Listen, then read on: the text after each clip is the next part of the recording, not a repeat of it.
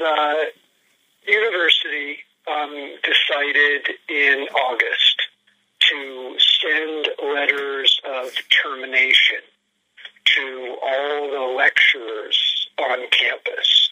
And lecturers are a special status. They're faculty that are not on tenure track, but they are people who have large teaching loads. They don't have typically research and service responsibilities, or less so than would be the case with tenure track faculty. They teach a lot of classes. They're like teaching machines. And they're some of our best teachers.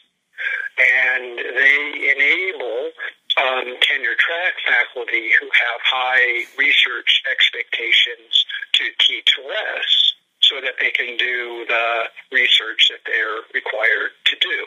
So it's a kind of partnership between tenure track faculty and the lecturers to get all the work done that we've got to get done here. So the university, because of their importance, their central role at the university, they have a level of security that is not typical of adjunct faculty that are typically hired on a class-by-class basis and tend to come and go more. So the university, one of the protections that the lecturers have, it's a special designation that they have, is they get annual appointments.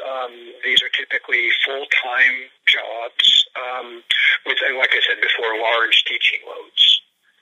And one of the protections that they have in contract that we all work under is that they must be given a semester notice if the university is not intending to rehire them for the next year.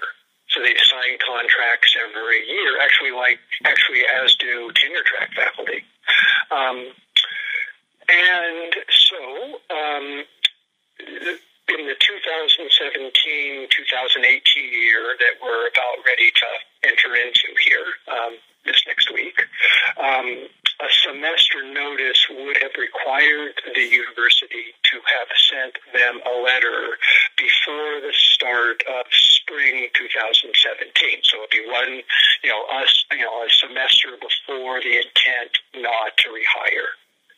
So we're alleging our case is that the university violated its own rules, its own policy 350.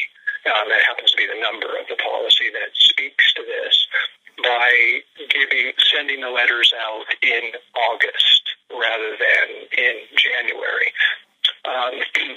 So that's the sort of legal basis of the complaint that we have filed, the grievance that we have filed. They've also violated the policy in a number of other ways as well, but we're just going forward with this basic grievance first, with the possibility of other grievances to follow if we can't get to a good resolution with this one. Okay, well, Paul, let me ask you this. Will this action delay the enactment of what they tried to do earlier this month? What they did by telling the faculty that they have no intention of rehiring them after the fall semester, those lecturers, now some of those lecturers have probably departed. I actually don't know all the cases, well, let me answer you the question this way.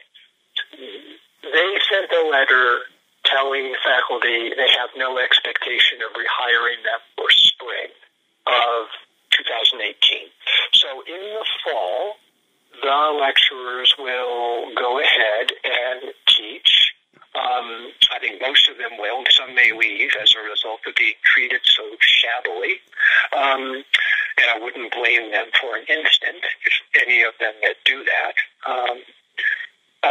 because the university has treated them as disposable people, which is unethical as well as a violation of the contract, in my view. So those faculty, those lecturers, they will teach in the fall, and then we'll see what happens in the spring, depending on how the grievance goes and a number of other things. Gotcha. So what's the next step, Paul? The next step is President Stearns has the grievance. They've acknowledged that they received it, and there's a process that is laid out in the collective bargaining agreement about how this process, what the process is.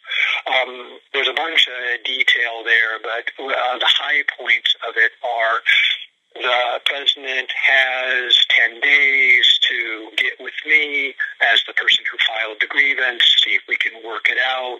If it can't, it gets kicked up the chain into an arbitration process, which will result ultimately in a binding arbitration, of which there is no appeal of that specific grievance, and that will be happening over the next several months. We can settle during at any point during the process.